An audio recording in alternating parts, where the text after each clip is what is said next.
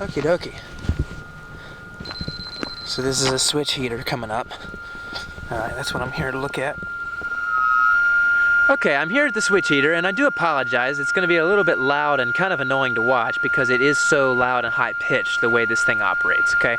One thing I want to mention before I go into this is I am standing on a legal railroad crossing on pavement underneath of here, okay? That is not railroad property, so I just want to make sure that all my viewers know that we are inspecting this piece of railroad equipment from a safe and legal distance, okay? So, switch heater, alright? This is a really cool piece of equipment, I find. I just find it fascinating. I just do. I'm sorry, but this is the coolest thing. Check this out, okay? Alright, there's a couple different kinds of switch heaters, but the one we're going to look at today, I'll explain it here in just a moment. So first off, we have 3 of these things, the interlocking here at Bristow. We have this one here at the north end, alright, and then we have one there further south, but not quite the south end. South end is way down there. So we got 3. 1, 2, and then this one here is 3. All 3 of these are powered by propane, okay?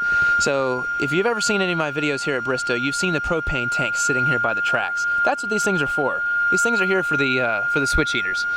So essentially what's going on here is this is a heating element of some kind. I really don't understand entirely all the physics of this, but it's pretty simple to understand.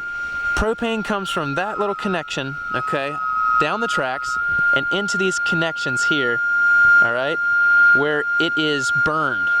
So that's one connection out of 3. There's another connection there, and there's another one down there. Okay?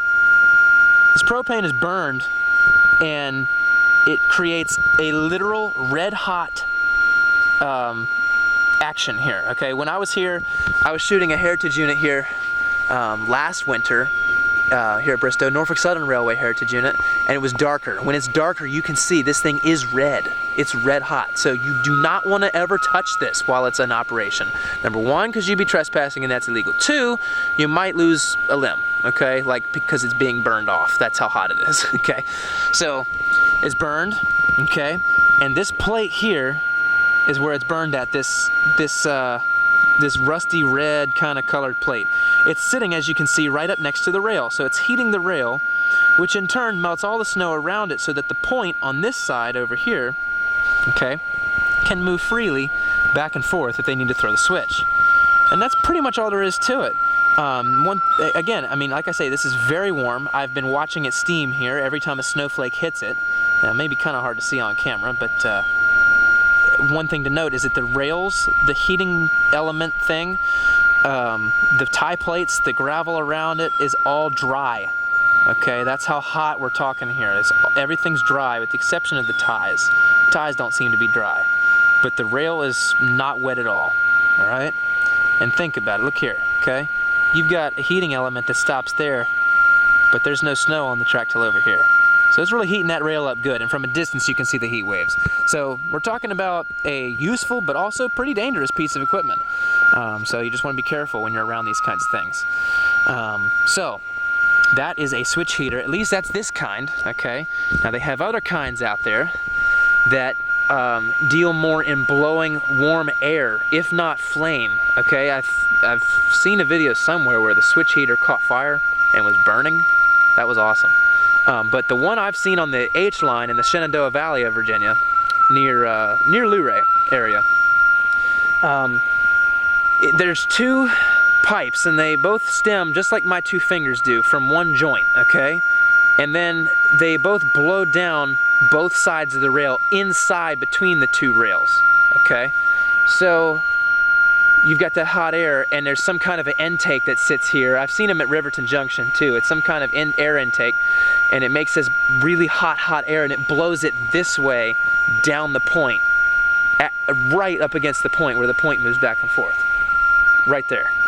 So there's multiple different kinds of switch heaters, and this is just, I don't know what you call this kind. I don't know what the word is, but so there you go. That's a switch heater here at Bristow.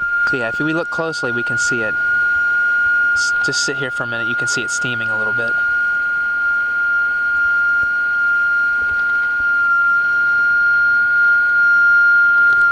I would imagine that most of these switch heaters are controlled either by dispatch or or they're controlled by some kind of centralized location, either in Norfolk, but you know, now that they're moving their headquarters to Atlanta, maybe it's all done in Atlanta, I don't know. But I believe these are remotely controlled from a distant location. They're not turned on here, I don't believe, and I may be mistaken on that, but I believe they are controlled by some kind of, you know, they can say, okay, Washington District switch heaters, we need them on. You know, we need the B-line switch heaters on. And you do. There's a lot of snow widespread across the area right now. Well guys, thank you so much for tuning into my switch heater video today. I hope you found it entertaining, educational, and enjoyable. But unfortunately, that's all the time I have for today here at Bristow. But thank you so much for watching. Be sure to like, comment, and subscribe. Turn those notifications on, and be sure to follow me on Instagram at Railfan_Rowan. From here at Bristow, be sure to stay safe, God bless, and happy foaming.